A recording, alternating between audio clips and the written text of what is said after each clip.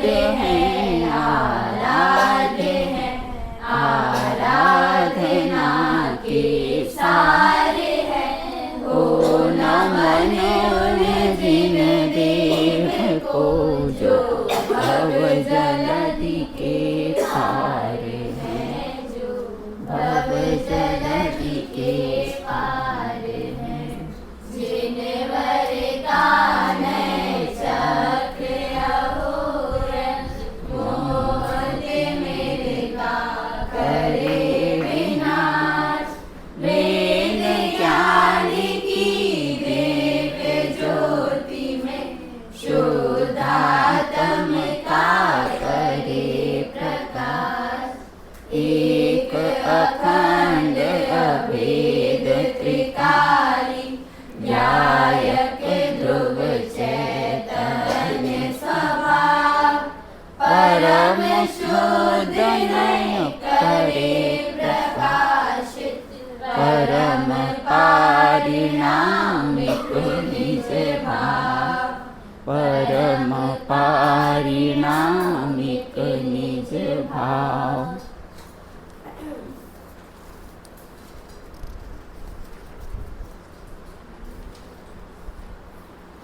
आज अपनी चर्चा यहाँ पर आगम और अध्यात्म शैली किसे कहते हैं और दोनों में क्या अंतर पाया जाता है, इस विषय पर अपन चर्चा करेंगे।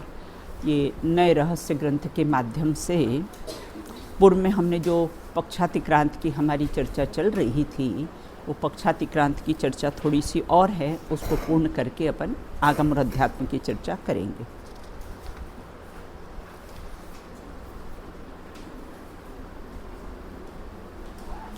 सम्यक दर्शन होने के बाद नए का पक्ष होता है या नहीं?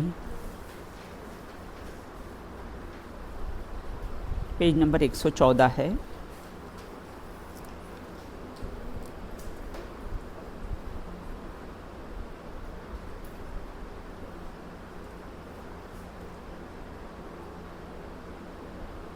हाँ बताओ बेटा। जब सम्यक दर्शन रूप श्रद्धा होती है तो उसके स्वरूप में, उसके श्रद्धान में तो निर्विकल्प प्रतीति बनी रहती है। और उसके साथ साथ वस्तु जो है उसके दोनों पक्ष का जानना भी होता है। हाँ। परंतु फिर भी पुनः पुनः स्थिरता के लिए वस्तु के दोनों पक्षों का रागात्मक विचार भी सहज ही होता है। हाँ। जिसे नए पक्ष कहा जाता है। नए पक्ष कहा जाता है।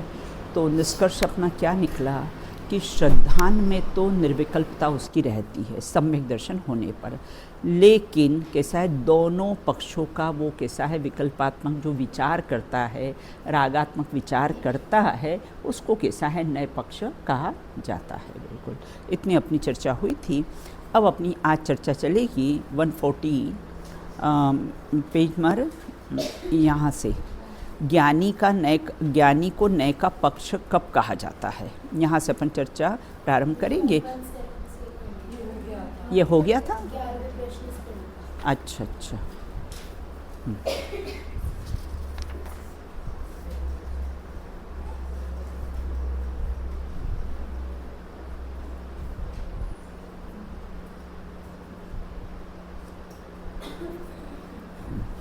चलिए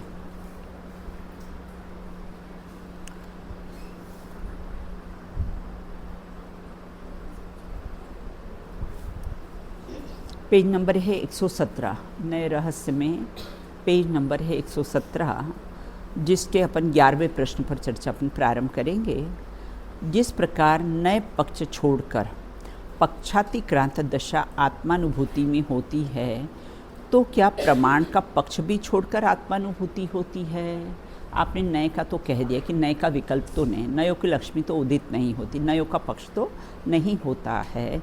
लेकिन आप ये बताओ कि प्रमाण का पक्ष भी छूट जाता है क्या आत्मानुभूति के काल में ना? ऐसा यहाँ पर प्रश्न है। बिल्कुल, तो वो अपन ने पूर्व में चर्चा की थी ना, नय कोनो लेस पर मान कोनो परवेश निक्षेप के वंश को विध्वंस होत, जे वस्तु साधक है ते हूँ तहाँ बाद, बाकी राग दोष की कथा की कौन बात है। तो उस प्रकार कहते हैं हाँ, नए का पक्ष तो छूटता ही, लेकिन प्रमाण भी नए निक्षेप, प्रमाण इत्यादि सबका विकल्प कैसा है, छूट जाता है।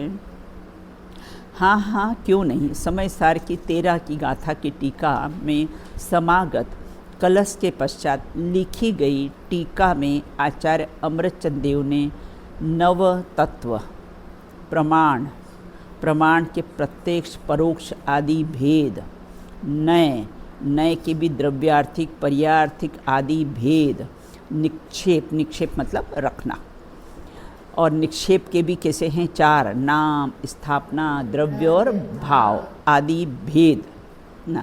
समस्त विकल्प शुद्ध वस्तु मात्र जीव के स्वभाव के अनुभव करने में कैसी है, अभूतार्थ है, असत्यार्थ है, अर्थात इसका कोई विकल्प रहता नहीं है। नए का नहीं, निक्षेप का नहीं, प्रमाण का नहीं, द्रव्यार्थिक नहीं, पर्यायार्थिक नहीं, किसी का कोई भी विकल्प कैसा है रहता नहीं है। वहाँ तो शुद्ध चैतन्य मात्र वस्तु को और द्रव्य और पर्याय दोनों से अनांगलित कहते हैं, अर्थात उसमें अब कोई भेद नहीं रहता, समाहित हो जाती है।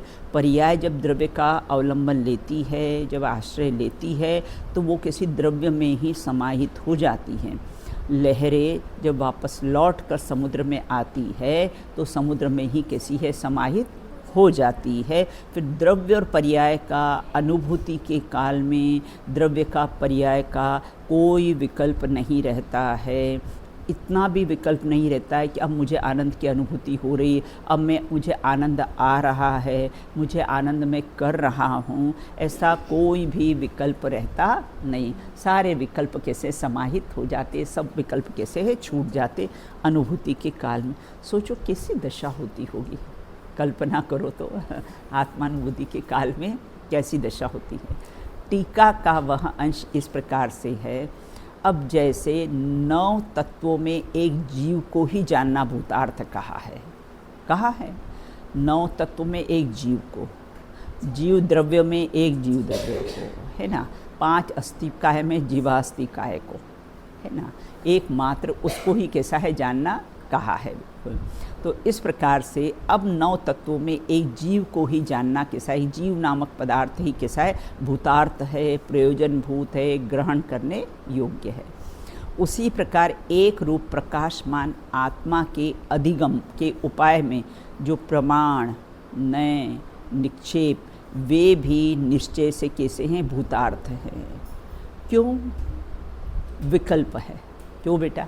अभूतार्थ क्यों कहा है इनको? प्रमाण, नए, है ना, ये कैसे पहले उनको भूतार्थ कहा था, नए से वस्तु का निर्णय करो, है ना।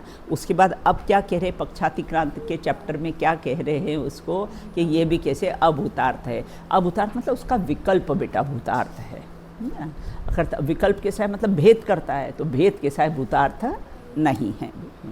तो इस प्रकार से टीका के बाद आचार्य देव कलश 9 में कहते हैं, आत्मानुभूति होने पर नयों की लक्ष्मी उदित ही नहीं होती। नयों की लक्ष्मी उदित नहीं होती, इसका अर्थ ये है नयों का कोई पक्ष रहता ही नहीं है आत्मानुभूति। प्रमाण का सूर्य भी अस्त हो जाता है, प्रमाण का सूर्य अस्त हो जाता है मतलब वही ये प्रमाण में किसी कोई अटकन रहती नहीं है। प्रमाण का भी कोई विकल्प नहीं थे, क्योंकि प्रमाण के प्रत्यक्ष और परोक्ष 2 भेद है ना, प्रत्यक्ष और परोक्ष, उसका भी कोई भेद नहीं रहता है। निक्षेपों का समूह भी कहाँ चला जाता है मालूम नहीं। जैसे सूर्य उदित होता है तो बोलो अंधकार कहाँ गया, किस दिशा में गया, बोले मालूम नहीं। उसी प्रकार से नयों का समूह भी न जाने कहाँ चला जाता, निक्षेपों का समूह हम नहीं जानते हैं। इससे अधिक क्या कहे कि द्वैत ही भासित नहीं होता है। नए, प्रमाण, निक्षेप न जाने कहाँ चले जाते हैं अनुभूति होने पर, और फिर द्वैतपना, 2पना, द्रव्य और पर्याय, हाँ है ना, ये तो अभी तुम गाथा है ना। हाँ, तो यहाँ ये कहते कि द्वैतपना भी कैसा है, भासित नहीं होता, एकमात्र अभेद की ही अनुभूति होती है। रसगुल्ला खाया तो पनीर, चीनी, ये वो कोई विकल्प नहीं, कैसा बनाया, क्या बनाया, बस एकमात्र मुख में रखा और उसके आनंद की अनुभूति होती है। इस कलश का भाव कविवर पंडित साहब ने अत्यंत सफलतापूर्वक निम्नलिखित छंद में लिखा गया है। जैसे रवि, बोलो बेटा, जैसे रवि उदय मही मंडल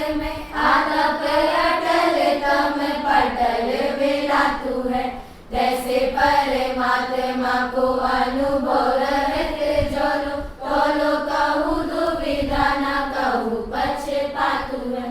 नए को न ले से परे वाने को न परिविश निश्चित के वंश को विध्वंस होते जातु है। जे वस्तु साधक है तेरु ताहा बाधक है। बाकी राग द्वेष की दशा भी कौन बातु है। उसको उन्होंने छंद में दिया है पंडित बनारसी दास में। जैसे रवि, क्योंकि ऊपर कहा था नए प्रमाण की लक्ष्मी उदिती नहीं होती, न जाने कहाँ विलीन को प्राप्त हो जाते, उसको छंद में बताती कि जैसे रवि मंडल के उदय मही मंडल में, रवि मतलब सूर्य, सूर्य के उदित होने पर है ना उसकी महामंडल मतलब बहुत प्रभा होती है। तो आतप अटल तम पटल विलातु है। आताप मतलब उसका कैसा ताप, सूर्य में दो गुण होते हैं ना बेटा, क्या होते हैं, प्रकाश और ताप। तो उसके आताप और उसका जो प्रकाश कैसा होता है, अटल होता है। लेकिन तम मतलब अंधकार, तो अंधकार की पटल मतलब मंजिल, अर्थात अंधकार कैसा है, विलातु है, विलसित हो जाता है, नष्ट हो जाता है। तैसे परमात्मा के अनुभव रहत जोलो, ऊपर तो उन्होंने उदाहरण दे दिया है, नीचे सिद्धांत बताया कि जिस प्रकार चैतन्य स्वभावी आत्मा हूँ, मैं परमात्मा हूँ, उसका अनुभव जब होता है तोलो कहूँ दुविधा न कहूँ पक्षपातु है। अर्थात उसके बाद कोई दुविधा है, कोई शंका नहीं, कोई पक्ष नहीं, इस नए से ऐसा है, इस नए से ऐसा है ना, ऐसा कोई भी पक्षपात रहता नहीं है। फिर आगे कहा है और क्या होता है, बोले नय कोनो लेश मात्र भी नए का विकल्प नहीं, परवान को न परवेश, अर्थात किसी प्रमाण का भी कोई है ना विकल्प रहता नहीं है। निक्षेप का जो वंश है वो भी समाप्त विध्वंस होत जातु है। और जो वस्तु पहले हमने नए के द्वारा, व्यवहार नए के द्वारा जो हमने कैसा साधक मानी थी, अशुभ से बचने के लिए पूजा पाठ व्रत शील संयम इत्यादि जो व्यवहार है, जो हमने साधक माना था, जो हमने घर बनाया है, उसके लिए पहले हमने मचान लगाई थी, अब वही हमको कैसी है, बाधक है। अगर रहेगी तो वो घर की शोभा बिगाड़ेगी, मचान लगी रही तो बिल्कुल, है ना। तो इस प्रकार जो जो वस्तु साधक है, व्यवहार निचली दशा में कैसा साधक था, अब कैसा है, अनुभव की दशा में वही बाधक हो गया है, बिल्कुल, है ना। और जब वही बाधक हो गया है, जो वो भेद है, जो विकल्प है, वही बाधक हो गया, तो अब राग द्वेष की बात की तो कोई बात ही नहीं है, बिल्कुल।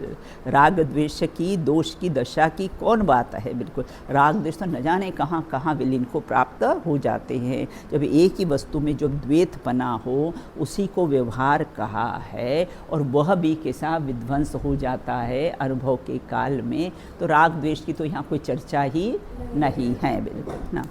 संपूर्ण विवेचन का सार यह है कि आत्मानुभूति के पूर्व तत्व विचार, अब ये निष्कर्ष आ गया उसका, कि आत्मानुभूति के पूर्व तत्व विचार की प्रक्रिया में सब नए का, प्रमाण का, निक्षेप का, सब विकल्प, रागात्मक विकल्प, और रागात्मक होने से सब कैसे पक्ष रूप है, किसका, वो व्यवहार का कैसा है, पक्ष है। देखिए अनुभूति के काल में, है ना, दोनों नयों का शमन हो जाता है, निश्चय नय का और व्यवहार नय का शमन हो जाता है। वह कौन सी पक्षातिक्रांत दशा है, बिल्कुल। अगर आपको डेफिनेशन के रूप में लिखने में आए ना, पूर्व में भी अपन ने बताया था, है ना, याद रखना उसको, पक्षातिक्रांत किसे कहते, याद है वो डेफिनेशन, किसे कहते पक्षातिक्रांत। और यहाँ भी पक्षातिक्रांत की दशा की बात आई है। अपेक्षाओं की जहर को मत पियो, अपितु निरपेक्षता का अमृत पियो, इसका नाम ही पक्षातिक्रांत। हाँ, ये परिपूर्ण परिभाषा नहीं, जो अपने प्रारंभ में मैंने एक बात, वस्तु स्वरूप का सम्यक निर्णय हाँ, करने के पश्चात नए विकल्पों से भी दूर हाँ, ये डेफिनेशन लिखना कभी आए ना बेटा, ये फर्स्ट लिख देना, उसके बाद नीचे आप लिख सकते हो, बिल्कुल, है ना। उसके बाद फिर अपना उदाहरण लिख देना, है ना। एक कहता है बंधा, एक कहता है बंधा नहीं, ये तो उभय नयों का पक्षपात है, तब आपका कैसा है वो आंसर पूरा बना जाएगा। तो यहाँ एक और किसे कहते हैं, पक्षातिक्रांत की दशा आत्मानुभूति के पूर्व तत्व विचार का विकल्प होता है, उसमें नयों का विकल्प होता है, वो पक्ष रूप है। और आत्मानुभूति होने के बाद वो विकल्प कैसा होता है, सब समाप्त हो जाता है, उसका नाम कैसा है, पक्षातिक्रांत दशा है। आत्मानुभूति के संदर्भ में नए पक्षातिक्रांत का यह विवेचन अत्यंत गंभीर और सूक्ष्म है। अतः जिनागम के आलोक में इस विषय पर गंभीर चिंतन करके निर्विकल्प अनुभूति हेतु प्रयास करना ही कैसा है, श्रेयस्कर है। पहले पढ़ना, नयों को जानकर वस्तु स्वरूप का निर्णय करना, फिर कैसा है उसके बाद उसका समाप्त हो जाता है, बिल्कुल, है ना। यहाँ ये कहते हैं, एक नियम सार में एक श्लोक आता है और 9वां कलश भी है, उसका हिंदी पद्यानुवाद ऐसा है। उदय, आपने देखा होगा 9वां कलश, आपको तो कोर्स में है, बिल्कुल अभी 12th में है। उदयति नय श्री रस्तमेति प्रमाणम क्रचिदपि च न विद्मो याति निक्षेप चक्रम। नव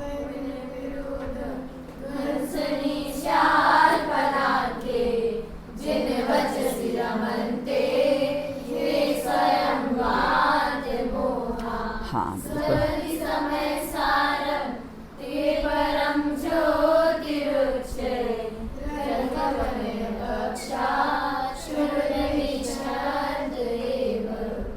कलश तो ऐसे हैं बेटा, जैसे वंस मोर जैसे आपको पसंद आते ना फिल्मी गाने, कदाचित तुम गाओ और तुमको पसंद आते ना, ऐसे मेरे को तो ये कलशों में इतना रस आता है बोलने में, बिल्कुल, कि गुनगुनाते रहो इनको, बिल्कुल, है ना। इसका हिंदी 9वें कलश का हिंदी पद्यानुवाद, निक्षेप को चक्र व विलय नहीं जनमते, अर प्रमाण के भाव अस्त हो जाते भाई, अधिक कहे क्या द्वैत भाव विभासित ना हो, शुद्धात्म का अनुभव होने पर हो भाई। वही इसका अर्थ है, बिल्कुल, कि निक्षेपों के प्रमाण का भाव भी अस्त, और कहाँ तक कहे और अधिक क्या कहे, द्वैत भाव भी कैसा है, भासित नहीं होते हैं। इस प्रकार से नियम सार का श्लोक भी 119 और 20 में कहा है, हे जिनेंद्र, तूने नय के द्वारा कहा हुआ वस्तु स्वरूप महाइंद्रजाल है। क्या कह दिया है, कब कब कब, अनुभूति होने पर ये नयों का कैसा है, वस्तु स्वरूप के निर्णय के लिए जो नयों का, तो बोले उसको महाजाल कह दिया है, वो महा इंद्रजाल है। सर्व नय समूह संबंधी प्रपंच कह दिया है, और परमात्मा तत्व में नहीं है। फिर ध्यानावली इस परमात्म तत्व में कैसे हो सकती है, बिल्कुल, ना। तो वहाँ भी ये पक्षातिक्रांत की सब बातें आ रही ना, तो उसमें भी यही कहा है कि कैसे इसको महाजाल है और कैसे प्रपंच का है, नयों के बारे में विकल्प उठते रहना, वो कैसे प्रपंच है, तो वो कैसे आत्मानुभूति होने पर सब विलय को प्राप्त हो जाते हैं। देखो इसके प्रश्न उत्तर देखिए। पहला प्रश्न तो है पक्षातिक्रांत किसे कहते हैं, पेज नंबर 99 पर, पेज नंबर 99 पर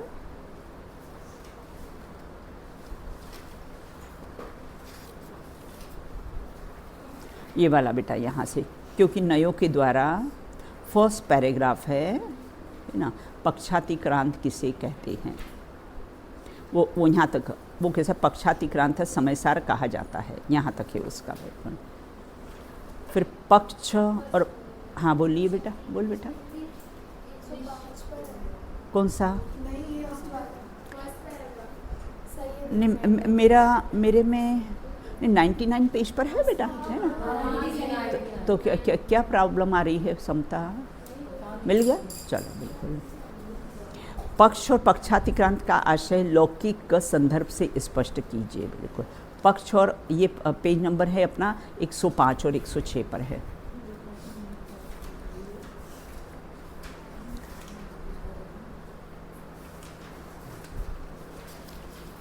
नहीं, 118 पृष्ठ पर है बेटा, 118 पृष्ठ पर है। हाँ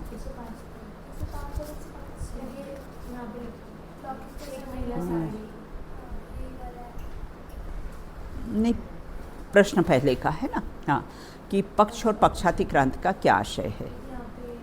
हाँ, वो महिला के उदाहरण से कैसा इसको स्पष्ट किया गया है। बिल्कुल 118 पृष्ठ पे क्या दिया गया है।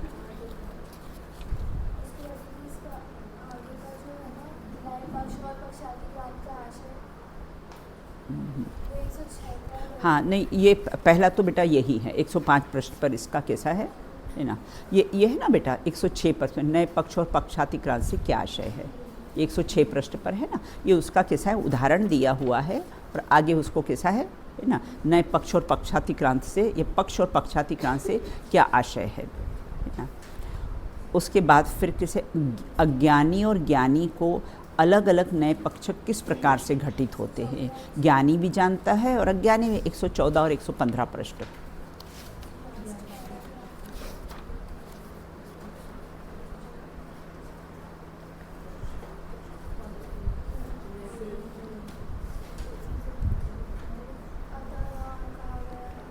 ये वाला बेटा है ना, बोलो, ये वाला बेटा अज्ञान जो है ना, यहाँ पर से पेज नंबर मेरे में 114 है ना। तो यहाँ पर देखो, एक तो ज्ञानी को नए का पक्ष कब कहा जाता है, और नीचे फिर लिखते हैं अज्ञानी को मात्र व्यवहार का पक्ष होता है, मतलब ये दोनों हैं बेटा। यहाँ से इसका 114 पृष्ठ में जो नीचे से जो दूसरा पैराग्राफ है ना, अब यह कहा जाता है, वहाँ से एरो पूरा वो पैराग्राफ लगा लीजिए। फिर उसके बाद में फिर ये जो 8वां अपना क्वेश्चन है ना, इसका आंसर है ना, उसको आप लगा लीजिए, टिक कर लीजिए। केवल ज्ञानी के और ज्ञानी के पक्षातिक्रांत दशा में अंतर एवं समानता स्पष्ट कीजिए। पेज नंबर है 116। यहाँ से बेटा, यहाँ से पेज नंबर 116 का जो लास्ट का पैराग्राफ है ना, जैसे केवली भगवान, वो पूरा पैराग्राफ है ये। हाँ, पूरा पैराग्राफ है बेटा, है ना। फिर इसमें से देखो, एक तो पक्ष और पक्षातिक्रांत का आशय ये महत्वपूर्ण है। फिर पक्षातिक्रांत की दशा निरंतर रहती है, इसको स्पष्ट कीजिए। ये चौथा, और एक जो मैंने पहला आपको क्वेश्चन लिखवाया था, पक्षातिक्रांत किससे कहते हैं, ये कैसे है विशेष देखना। तो अब कैसे है, ये पक्षातिक्रांत का कैसा है, चौथा है बिल्कुल। कहाँ से है ये, पेज नंबर 118 में जो सेकंड पैराग्राफ है ना, आत्मानुभव होने पर नयों की लक्ष्मी उदित नहीं होती है, ब्रह्मांड का सूर्य अस्त हो जाता है। ये उतना लिखकर फिर अगर आप है ना, इसमें अगर ये पूरा आप दोहा नहीं लिखो तो ये तो बेटा याद कर लेना, नय को न लेश परमान को न परमेश। और उसके बाद में फिर कैसा है, ये उसके नीचे वाला पैराग्राफ, संपूर्ण विवेचन का सार, वह कैसी पक्षातिक्रांत दशा है, ये इसके कैसे है आंसर है। सेकंड वाला 114 और 115 पृष्ठ पे बेटा बताया है ना, सेकंड वाला। नहीं, हाँ बोलो बेटा। नहीं बेटा, है ना, जो स्टार्टिंग में एक तो मैंने पक्षातिक्रांत किसे कहते हैं वो बताया था 99 पेज पर, बिल्कुल है ना। फिर उसके बाद फिर पक्ष और पक्षातिक्रांत से क्या आशय है उसको बता दिया था 105 और 6 पेज पर। अब है ना 105 और 6 पेज पर है वो, बिल्कुल है ना। 114 नहीं, ये है ना ज्ञानी और अज्ञानी का, तो 114 और 115 पृष्ठ पर है। अज्ञानी और ज्ञानी को अलग अलग नए पक्ष किस प्रकार से घटित होते हैं, वो तो बेटा 114 और 15 पृष्ठ पर है ना। और पक्षातिक्रांत की दशा बिल्कुल 118 पृष्ठ पर है बेटा, है ना। देखो इसमें नियम सार में एक श्लोक आता है, सुबुद्धियों को, सुबुद्धि मतलब सम्यक दृष्टि, कुबुद्धियों मतलब मिथ्या दृष्टि, दोनों को पहले से ही शुद्धता है, तो ये दोनों में अंतर में किस नए से जानूं। बहुत अच्छा प्रश्न उठाया वहाँ पर, नियम सार में कहा है सुबुद्धि मतलब सम्यक दृष्टि, है ना। और कुबुद्धि मतलब मिथ्या दृष्टि। उनको प्रारंभ से ही शुद्धता है, द्रव्य की अपेक्षा से तो दोनों बेटा शुद्ध है ना, प्राज्ञे शुद्धम। हाँ नहीं बेटा, यहाँ वो वहाँ पर ये बताना चाहते कि मैं दोनों में कोई अंतर नहीं जानता हूँ, है ना, चाहे सुबुद्धि हो चाहे कुबुद्धि हो, चाहे सम्यक दृष्टि हो चाहे मिथ्या दृष्टि हो, मैं किस नए से उनको अंतर जानूँ, है ना, क्योंकि दोनों ही कैसे हैं, शुद्ध हैं। द्रव्य स्वभाव से तो दोनों ही शुद्ध है ना, निगोद वाला जीव भी शुद्ध है और मोक्ष वाला जीव भी कैसा है, शुद्ध है। तो दोनों नए में मैं किस नए से अंतर जानूं। सुबुद्धि की भी एक समय की पर्याय और कुबुद्धि की भी किसी एक समय की पर्याय होती है, इसलिए मैंने पर्याय को तो कैसे गौण कर दिया है, बिल्कुल। और मैं तो कैसा जानता हूँ, है ना, दोनों को कैसे स्वभाव से ही कोई भेद नहीं है, दोनों ही स्वभाव से शुद्ध है, चाहे मिथ्या दृष्टि हो चाहे सम्यक दृष्टि हो, दोनों ही पारिणामिक भाव स्वभाव भाव है, दोनों ही शुद्ध, इसलिए दोनों में कोई भेद जानता नहीं है। एक करोड़पति की शमशान में राख हो और एक रोड़पति की शमशान में राख हो, तो दोनों राख को किस अपेक्षा से भेद जाने, राख दोनों राख ही है ना, कोई दोनों में कैसा है, भेद होता नहीं है, बिल्कुल, है ना। तो इस प्रकार से देखा जाए तो कैसा कोई भेद नहीं है। और तो यहाँ इतना लिख दिया है कि मैं पर्याय दृष्टि से क्यों भेद देखूं, मैं क्यों पर्याय को मुख्य करूं, है ना। तो कैसा है, जो पज्जय मुड़ा पर समय, जिसको पर्याय दृष्टि होती वो कैसा है, पर समय होता है। परम शुद्ध निश्चयने का विषय जो पर्याय है, जो से उससे जो पार है, परम शुद्ध निश्चयने का विषय से जो पार है, मैं उसको देखूं ना, जो क्या दिख रहा है उसको मैं मुख्य और उसको मुख्य करूं, यही पक्षातिक्रांत दशा है, बिल्कुल, है ना। अर्थात मैं पर्याय को मुख्य नहीं करूंगा, मैं तो कैसा है, द्रव्य दृष्टि से ही देखता हूँ, बिल्कुल। हाँ, यहाँ कहते हैं मैं तो परम शुद्ध निश्चय नय से, जो पर्यायों से पार, जो त्रिकाली ध्रुव भगवान आत्मा है ना, उसको देखूं, मैं पर्याय को क्यों देखूं, इसी का नाम कैसा है, पक्षातिक्रांत दशा है। अब आज अपन कैसे आगम और अध्यात्म शैली है, उस पर अपन चर्चा कैसी है प्रारंभ करेंगे।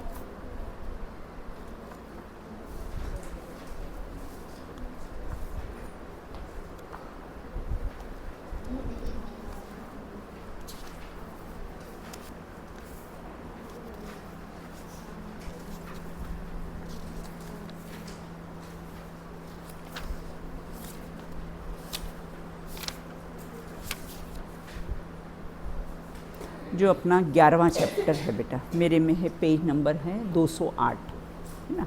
जो 11वां चैप्टर है वो आज अपन कैसे प्रारंभ करेंगे, आगम शैली और किसी अध्यात्म शैली है, बिल्कुल।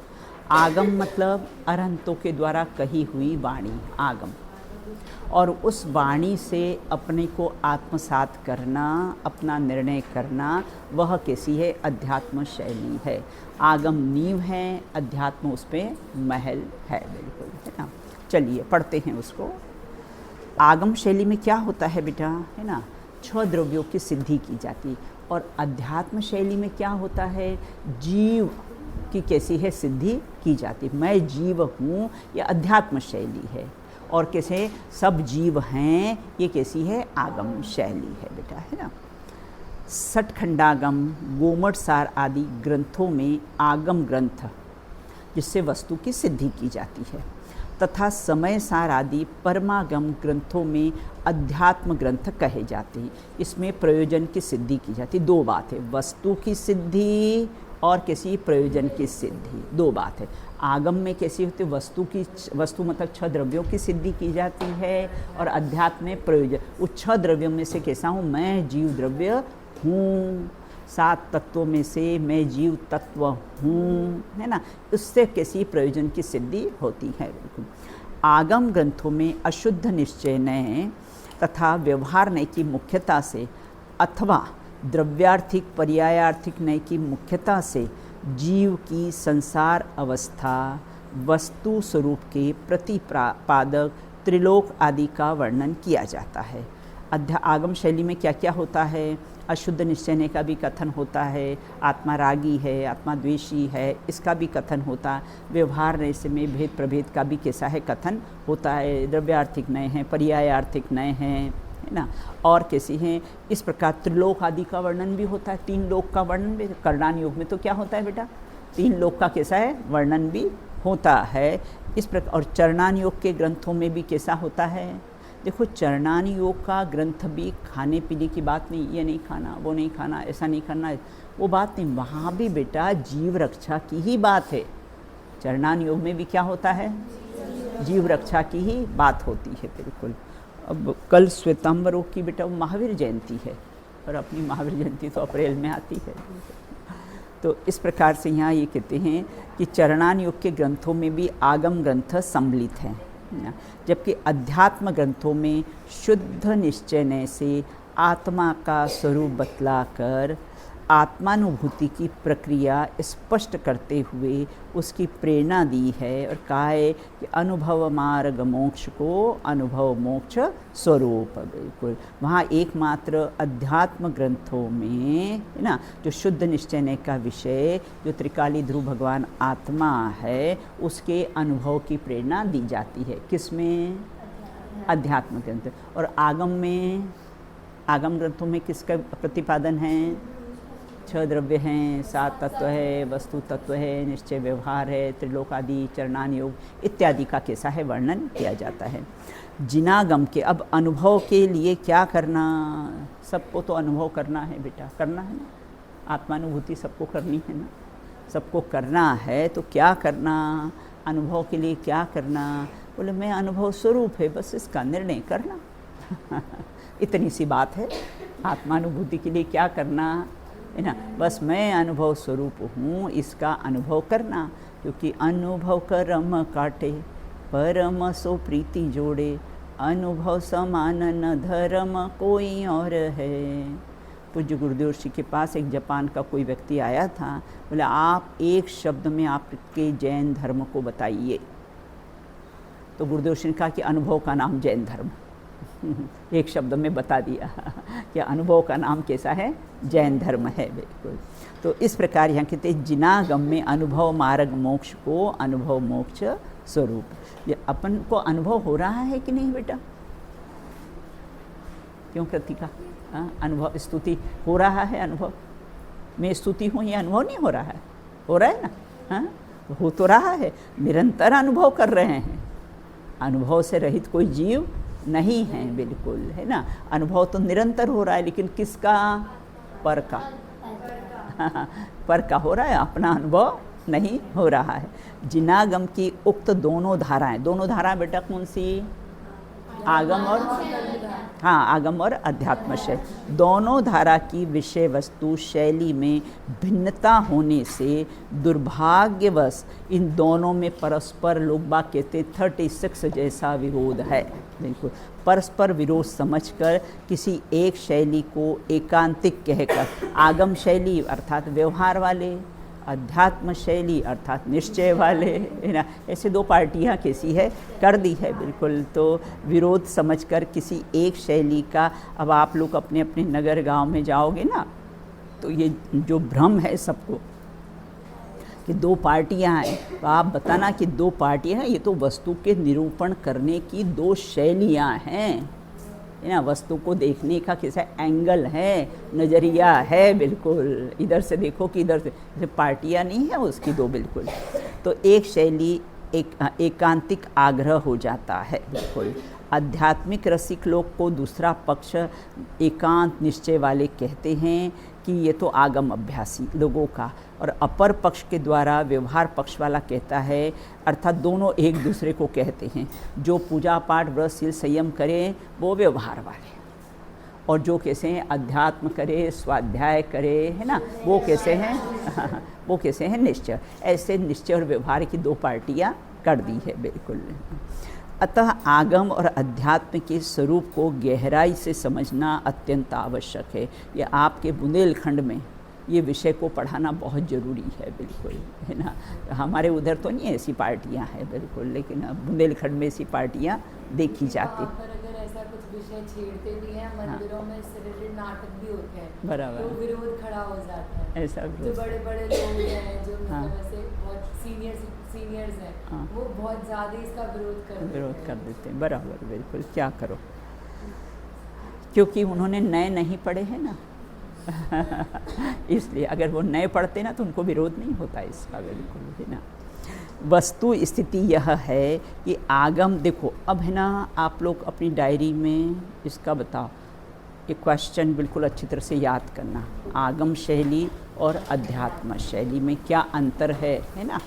तो इस प्रकार से कैसा है ये आप, है ना, अब इसमें अपने सारे पॉइंट्स आते जाएंगे, बिल्कुल, है ना। देखो पहला पॉइंट, क्या अंतर है। आगम ठोस नींव है और अध्यात्म उसमें भव्य महल है ना। पहला अंतर है ना। हाँ, आगम कैसा है, आगम ठोस नींव है और अध्यात्म, या अपनी बुक में आप नंबर डालते जाओ और बाद में आप अपनी कॉपी में अच्छा व्यवस्थित तरीके से लिख लेना बेटा, है ना। फिर से बिल्कुल, है ना, बोलती हूँ। आगम ठोस, पहला पॉइंट, अंतर में पहला अंतर, पहला पॉइंट डालो। आगम ठोस नींव है, अध्यात्म उसमें भव्य महल खड़ा हुआ है ना। क्योंकि हमने आगम से ही तो बेटा अध्यात्म निकाला ना।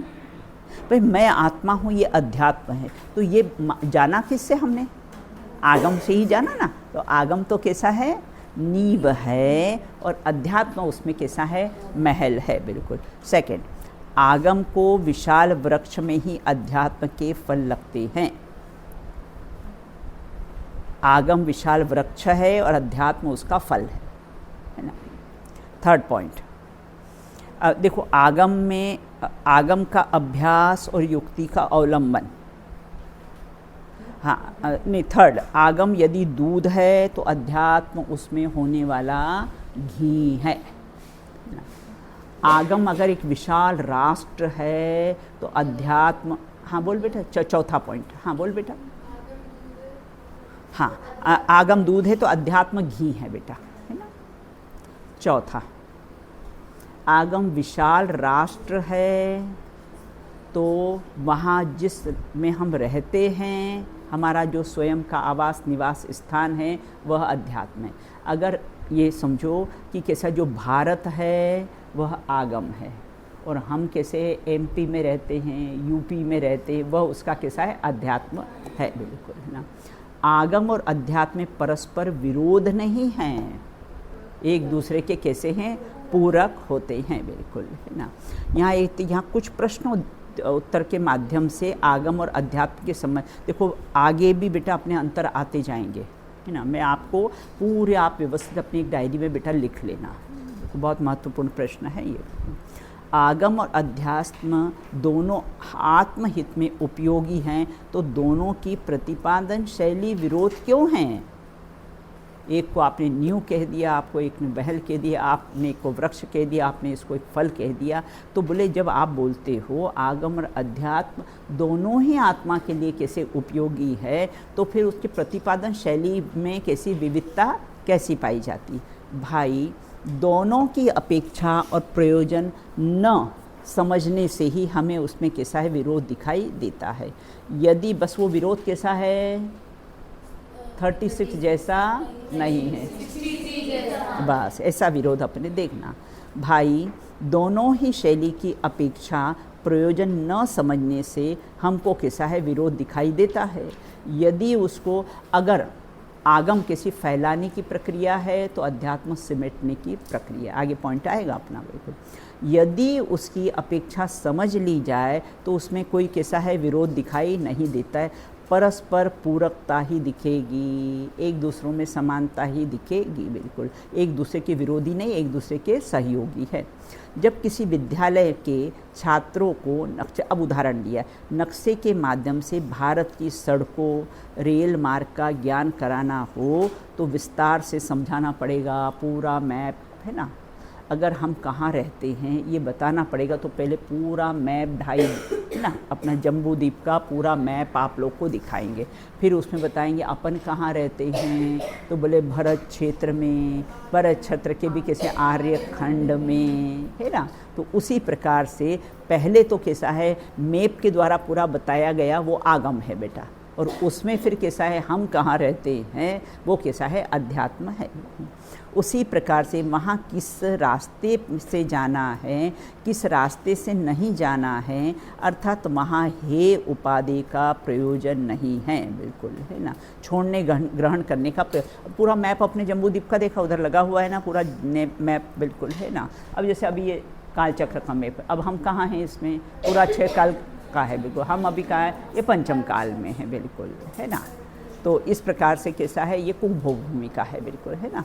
और ये इस तो हे उपाधि का कोई प्रयोजन नहीं, हमें तो पूरा मैप समझना है। अब हे उपाधि का कोई प्रयोजन नहीं है, मात्र जानने का प्रयोजन है। लेकिन जब किसी राहगीर को रास्ता बताना हो तो उसके अभिष्ट मतलब इष्ट रास्ते का विस्तृत ज्ञान कराया जाएगा। पहले मैप के द्वारा बताया जाएगा, फिर जाना कहाँ है भैया आपको, फिर वो रास्ता कैसा है बताया जाएगा। उससे अपनी प्रयोजन की सिद्धि होगी कि हम मंजिल पर पहुंच जाएंगे। तो वही कैसा है रास्ता बताना हो उसको अभीष्ट रास्ते का विस्तृत ज्ञान कराया जाता है।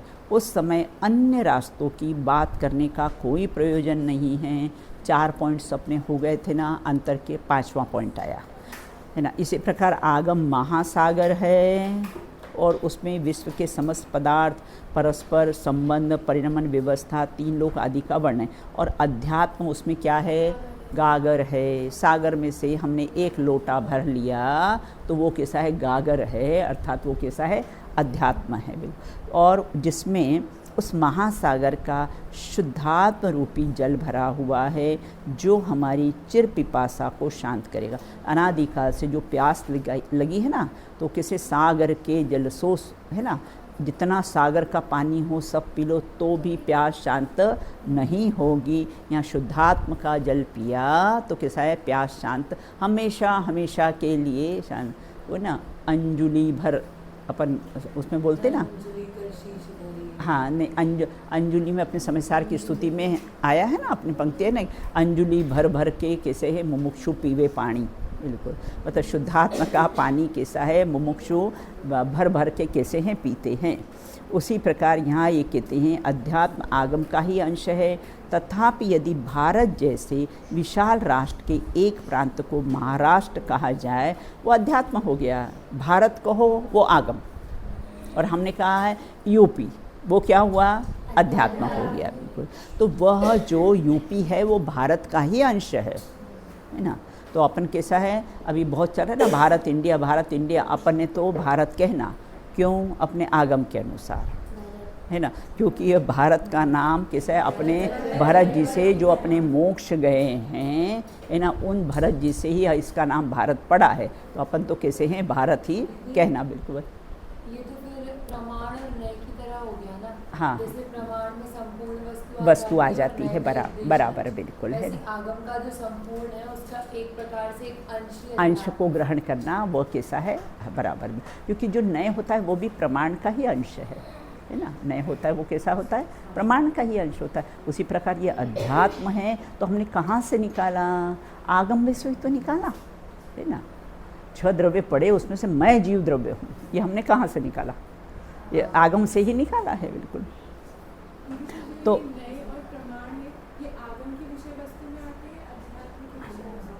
अपन ने पूर्व में पढ़ा था ना, है ना, द्रव्यार्थिक नय और पर्यायार्थिक नय में, और निश्चय और व्यवहार नय में, है ना।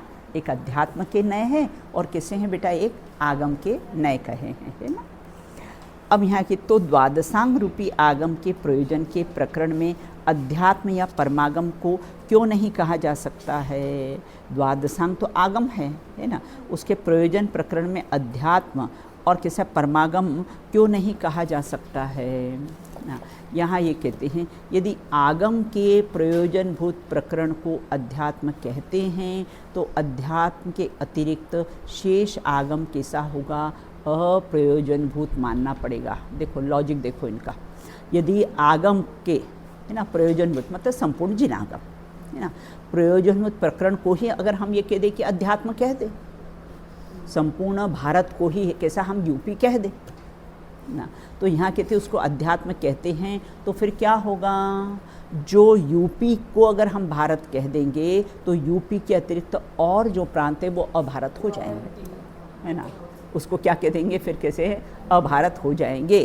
तो उसी प्रकार अध्यात्म के अतिरिक्त जो शेष आगम होगा, क्योंकि देखो बेटा है ना, अपना ये है ना द्रव्यान योग का समय सार कैसे हैं, ये अध्यात्म के ग्रंथ कहे जाते।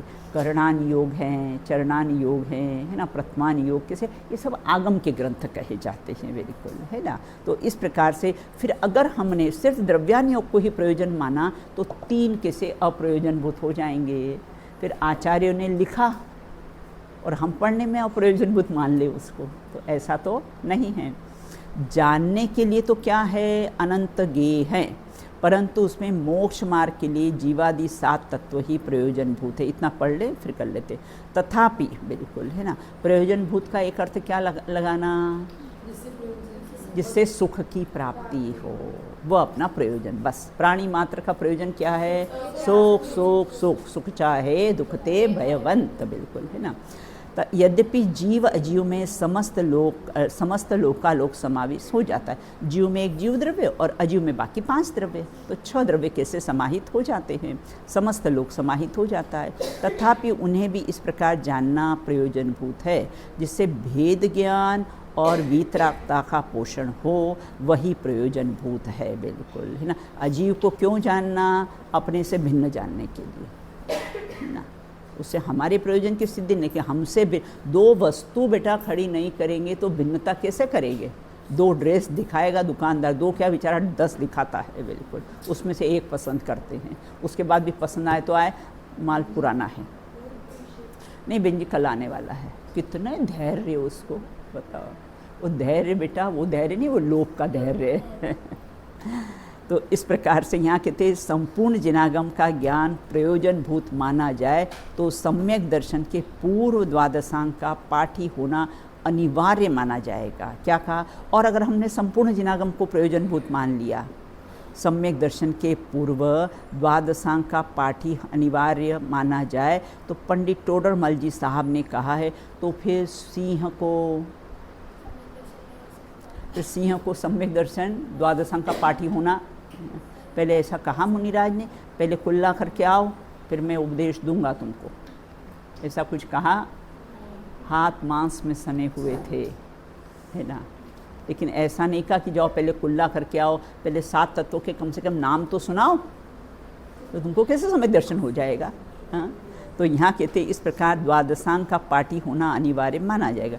पंडित टोडरमल जी साहब ने मोक्ष मार्ग प्रकाशक के 8वें अध्याय में लिखते, मोक्ष मार्ग का मूल उद्देश्य अध्यात्म ग्रंथों से, क्योंकि अपने प्रयोजन की सिद्धि होती है उससे, अतः अध्यात्म शास्त्रों का तो अभ्यास अवश्य करना चाहिए। समय मिले तो फिर करणान योग, बाकी चरणान योग, द्रव्यान योग पढ़ना, बिल्कुल, है ना। नहीं हो अपने पास समय तो सबसे पहले समय सार आदि का अध्ययन करके, अध्यात्म ग्रंथों का अध्ययन करके अपना निर्णय कर लेना, बिल्कुल, है ना, जैसे सिंह ने कर लिया था, बिल्कुल, है ना। अब कहते हैं तो क्या आगम ग्रंथों का अभ्यास व्यर्थ है, क्यों पढ़े अब, है ना। इस प्रकार का प्रश्न है, शेष चर्चा अपन बाद में करेंगे। तो कितने हुए अपने अंतर आगम और अध्यात्म में, हाँ बोलिए, चलो कौन बताएगा, चलो राजी बताओ। अध्यात्म जो है वो उस पे खड़ा हुआ भव्य महल, बराबर, बिल्कुल। फिर आगम विशाल वृक्ष है और अध्यात्म उस पे लगने वाले फल, हाँ। फिर आगम दूध है और अध्यात्म उसमें से घी है। आगम विशाल राष्ट्र है और अध्यात्म जो हमारा स्वयं का आवास निवास है, बस कह सकते हैं।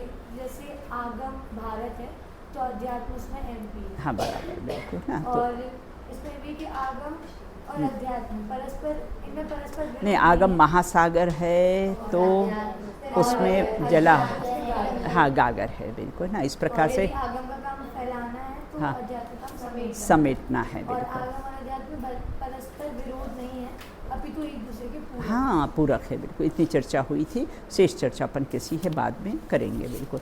ये कल तक, अभी कल अपनी है ना सुबह की क्लास लगेगी, लगेगी, चलो ठीक है, बिल्कुल, है। कल आपकी छुट्टी है? हाँ चलिए, ये बोल लो कौन सा वो नए को न लेशो बोल लो। बोलो।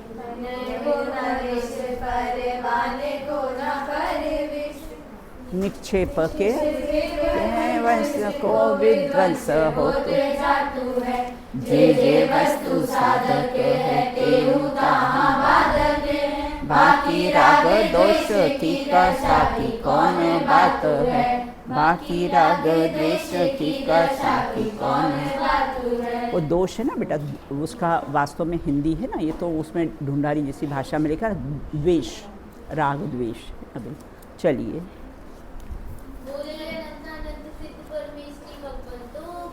जय हो। जय हो। जय हो। जय हो। जय हो।